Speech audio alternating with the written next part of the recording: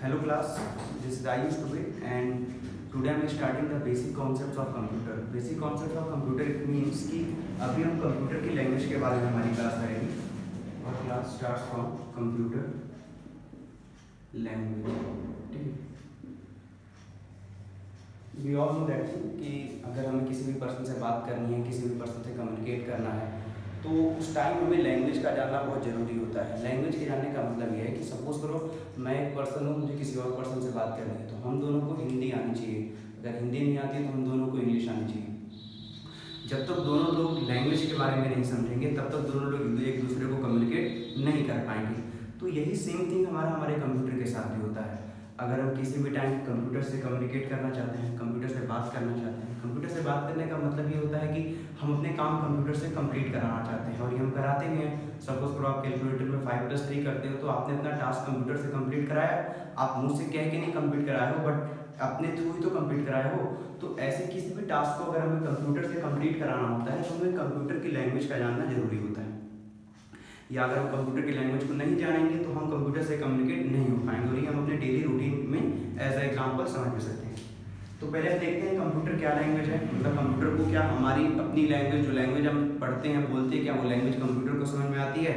अगर आती है तो कैसे आती है, और नहीं आती है तो फिर हम कंप्यूटर से कम्युनिकेट कैसे होते हैं. तो फर्स्ट थिंग कंप्यूटर लैंग्वेज. देखो सबसे पहले कंप्यूटर क्या है? एक मशीन है. So computer understand machine language. ठीक है. कंप्यूटर को कौन सी लैंग्वेज समझ में आती है? Machine language. अब मशीन लैंग्वेज क्या होती है? तो हम बचपन से पढ़ते आए हैं बाइनरी लैंग्वेज के बारे में. पता है हमें machine language is called binary language. ठीक है. अब next what is binary language? So binary language means कि हमें पता है कंप्यूटर जो होता है वो 0 और 1 के फॉर्म में पूरे वर्क को अपने प्रोसेस करता है. पूरे वर्क को प्रोसेस करने का मतलब है कि सपोज करो आपने कंप्यूटर को कोई भी टास्क दिया कंप्लीट करने के लिए. Suppose you give computer to some 2 numbers 5+3 और subtract 2 number or find the product of any 2 number. So all these types of things whatever computer done it is the form of 0 and 1. कि computer चाहे 0 में 1 को add करे या 1 को 5 में add करे, 5 में 10 को ऐड करे, वो हर चीज को, हर कमांड को, हर प्रोसेस को 0 और 1 के फॉर्म में ही समझता है. All things. कंप्यूटर के लिए 0 का मतलब होता है 0 का मीन्स और 1 का मीन्स. तो हम इसको ऐसे समझ सकते हैं. कंप्यूटर के लिए 0 मीन्स होता है ऑफ, 1 मीन्स होता है ऑन. ठीक है. 0 मीन्स होता है फॉल्स. ठीक है. 1 मीन्स होता है ट्रू. 0 मीन्स होता है नो. 1 मीन्स होता है यस.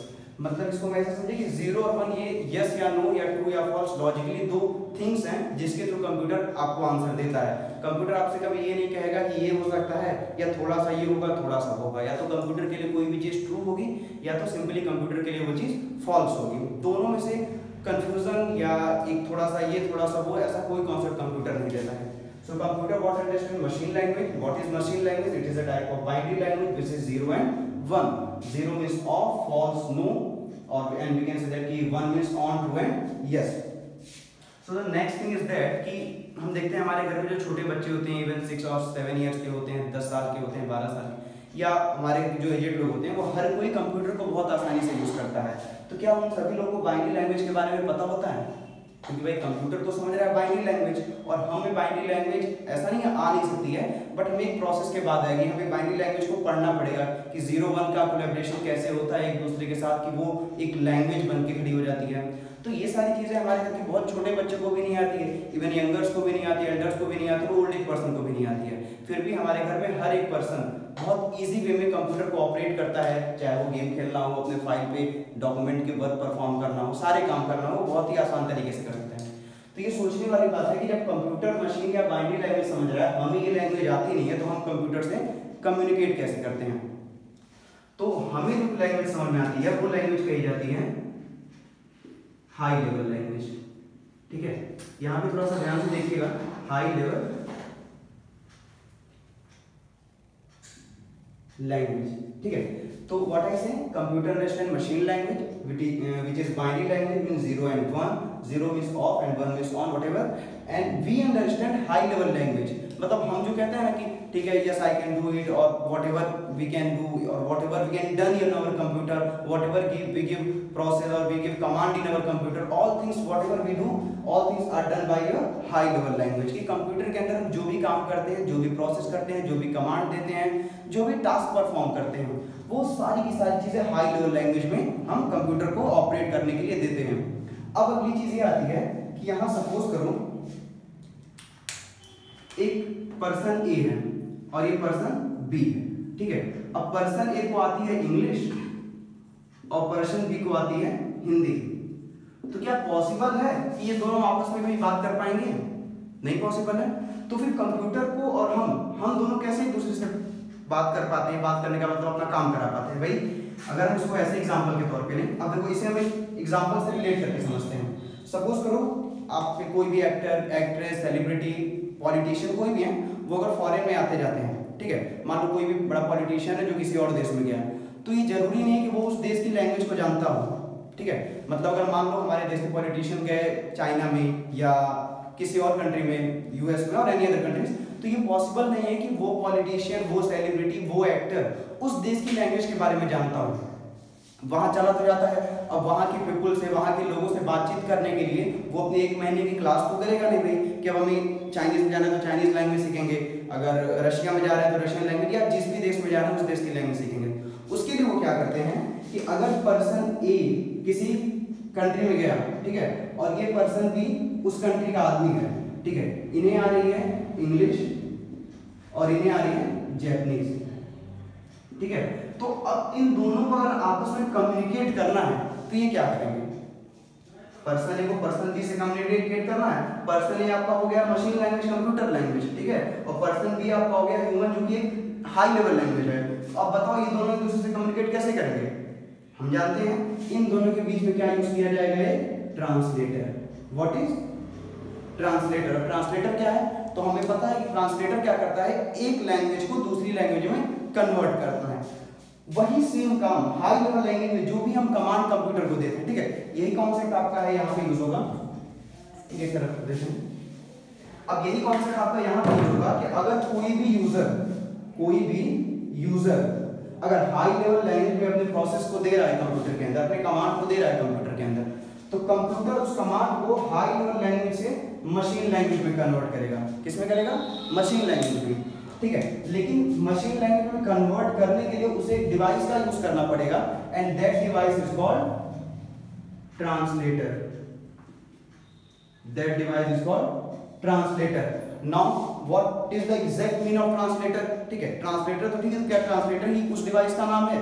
ठीक है, तो नहीं, ट्रांसलेटर एक नाम है, ट्रांसलेटर नाम की डिवाइस को हम नहीं यूज करते हैं। ट्रांसलेटर नाम की तरह दो डिवाइसेस हम यूज करते हैं हाई लेवल लैंग्वेज को मशीन लैंग्वेज में कन्वर्ट करने के लिए। मतलब इसका क्या है कि whenever we give our commands, whenever we give our command to our computer system or anything whatever we give to computer to operate, ठीक है, on that time our translator translate our high level language into a machine language for completing our whole task with the help of computer। कि जो translator होता है वो high level language को machine में change करता है ताकि हम जो भी टास्क, जो भी प्रोसेस, जो भी वर्क कंप्यूटर को दे रहे हैं करने के लिए वो कंप्यूटर को समझ में आए और कंप्यूटर उसे आसानी से कर सके। हमारे घर में जो छोटे बच्चे होते हैं या जो हमारे एजेड होते हैं, जो भी लोग जिन्हें बाइनरी लैंग्वेज नहीं आती है और विदाउट बाइनरी लैंग्वेज जो भी कंप्यूटर को ऑपरेट करते हैं, वो हाई लेवल लैंग्वेज में कंप्यूटर को ऑपरेट करते हैं और उस वक्त ट्रांसलेटर जो होता है वो उनकी लैंग्वेज को मशीन लैंग्वेज में चेंज करता है।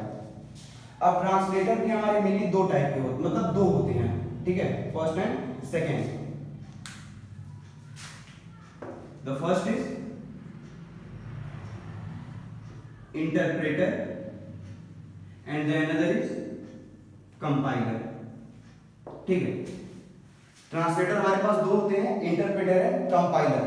अब यहां पे थोड़ा ध्यान से समझिएगा कि interpreter and compiler both translators convert your high level language into machine language for completing computer processes, but the next question is that कि if our whole task, whole language converted by both translator from high level to machine language or both translator done high level language convert into machine language, so why we are using two types of translator? भाई अगर हमारे पास high level language को machine में convert करने के लिए interpreter और compiler दो ट्रांसलेटर का यूज कर रहे हैं, तो हम दो क्यों कर रहे हैं, ये काम जब सेम काम ये भी कर रहा है, सेम काम ये भी कर रहा है, तो हम एक ही ट्रांसलेटर का यूज कर सकते हैं। हम सिर्फ इंटरप्रेटर के ही थ्रू हाई लेवल को मशीन में चेंज करें या कंपाइलर के ही थ्रू हाई लेवल को मशीन में चेंज करें। क्या जरूरत है कि हम इंटरप्रेटर को भी यूज करें और कंपाइलर को भी यूज करें?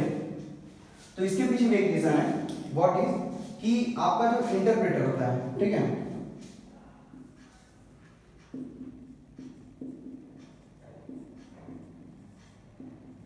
इंटरप्रेटर, ठीक है, ये हमारे हाई लेवल लैंग्वेज को लाइन बाय लाइन कन्वर्ट करता है, लाइन बाय लाइन, ठीक है। और दूसरा ट्रांसलेटर जो हमारे पास कंपाइलर है, वो whole document at a time convert करता है। What is whole document at a time. इसका मतलब समझ लेते हैं कि सपोज करो आपने हाई लेवल लैंग्वेज के अंदर प्रोग्रामिंग की कोडिंग की है या जो भी अपने टास्क परफॉर्म किए हैं।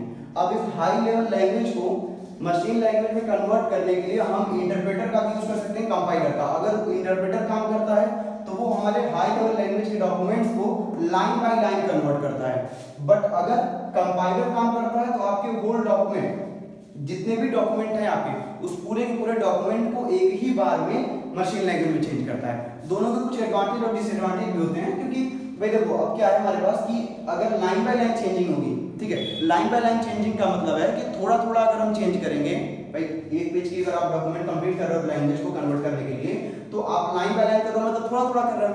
तो आप जब लाइन बाय लाइन कन्वर्जन करेंगे तो वहां पे आपको अपने डॉक्यूमेंट्स में जो भी एरर फाइंड करने रहेंगे वो बहुत आसानी से कर लेंगे। और अगर आप कंपाइलर में कर रहे हैं, मतलब whole document at a time, आप सीधे एक पेज का डॉक्यूमेंट ही एक बार में अगर आप कन्वर्ट कर रहे हैं मशीन लैंग्वेज में कंपाइलर के थ्रू, तो आपको अपने एरर्स को ढूंढने में टाइम लगेंगे। आप ऐसे भी समझ सकते हैं कि एक लाइन में 2 एरर है और एक पेज में 10 लाइन है, हर लाइन में 2-2 एरर आपको दिखेगी, तो कंपाइलर को वर्क करते वक्त आपको एक साथ 20 एरर्स फाइंड करने पड़ेंगे और इंटरप्रेटर के लिए आपको हर बार सिर्फ 2-2 एरर फाइंड करने रहेंगे। तो भाई इंटरप्रेटर आपका थोड़ा टाइम तो लेगा, लेकिन आपकी एरर्स को बिल्कुल एक्यूरेसी के साथ जल्दी से फाइंड करके प्रोसेस करेगा। कंपाइलर आपका टास्क तो परफॉर्म तेजी से करेगा, लेकिन जो भी आपकी एरर्स रहेंगे उन्हें थोड़ा सा इंटरप्रेटर के कंपैरिजन ज्यादा टाइम लेगा फाइंड करने में, ठीक है। तो ये थी कंप्यूटर के बेसिक लैंग्वेज के बारे में। Computers understand machine language, we understand high level language, and इसके बाद फिर हम किस तरीके से हाई लेवल लैंग्वेज को मशीन में चेंज करते हैं। 2 ट्रांसलेटर यूज करते हैं, 2 ट्रांसलेटर क्यों यूज करते हैं इसका भी आंसर मिल गया। दोनों ट्रांसलेटर कैसे एक दूसरे से अलग है इसके भी बारे में पता चल गया। अब हम इसके बाद में पढ़ेंगे प्रोग्रामिंग लैंग्वेज के बारे में। और जो भी हमारे पास प्रोग्रामिंग लैंग्वेज होती है वो सारी की सारी प्रोग्रामिंग लैंग्वेज, ठीक है, हाई लेवल लैंग्वेज के एग्जांपल है। For example C, C++, Java, ठीक है, and many, and the last is Python. So in our next classes we will learn about Python, basic concept of Python, ठीक है। और एक सबसे इनोवेटिव चीज हम पढ़ेंगे कि भाई सी ठीक है कोई लैंग्वेज का नाम है, C++ भी नाम है, जावा भी नाम है, but Python it's a type of reptile, ये मतलब एक बहुत ही खतरनाक टाइप के सांप का नाम है, ठीक है, जिसे हम पाइथन स्नेक बोलते हैं। तो इतना खतरनाक नाम इस प्रोग्रामिंग लैंग्वेज के रखने के पीछे रीजन क्या था, ठीक है, इसको जिसने भी किया था, क्या उसका नाम पाइथन था या उसका पसंदीदा, ठीक है, रेप्टाइल पाइथन था, या क्या रीजन था, इस बारे में भी हम पढ़ेंगे। और पाइथन के बारे में काफी कुछ पढ़ेंगे कि कैसे पाइथन लैंग्वेज हम यूज करते हैं, क्यों शॉर्ट टाइम में पाइथन लैंग्वेज बाकी लैंग्वेजेस के कंपैरिजन बहुत ज्यादा यूज किया जा रहा है, ठीक है, पाइथन लैंग्वेजेस के क्या एडवांटेज होते हैं कंपैरिजन देन ऑल लैंग्वेजेस, क्या डिसएडवांटेज होते हैं, ठीक है, क्या लाइफ है पाइथन लैंग्वेज की, मींस क्या आगे चल के हम पाइथन लैंग्वेज के थ्रू कुछ अच्छी चीजें कर पाएंगे या नहीं, किस किस फील्ड में हम पाइथन लैंग्वेजेस का यूज कर सकते हैं, अभी प्रेजेंट टाइम में कितनी ऐसी फील्ड्स हैं या कितनी ऐसी कंपनीज हैं जो पाइथन लैंग्वेज का यूज करती हैं। तो ये सारी चीजें हम पाइथन लैंग्वेज के बारे में पढ़ेंगे। अभी इस क्लास में हमने बेसिक कंप्यूटर लैंग्वेज के बारे में पढ़ा है कि कंप्यूटर लैंग्वेज क्या होता है, हमें कौन सी लैंग्वेज समझ में आती है, हम दोनों के बीच में कोऑर्डिनेशन कैसे होता है, ठीक है, एंड मैनी मोर थिंग। सो इसको आप एज अ नोट्स लिख भी सकते हैं, बाकी आपको मैं नोट्स प्रोवाइड करा दूंगा बाद में, ठीक है। तो इसे आप स्क्रीनशॉट ले लीजिए या इसे आप सेव कर लीजिए, जैसे भी करना है, ठीक है। Thank you so much.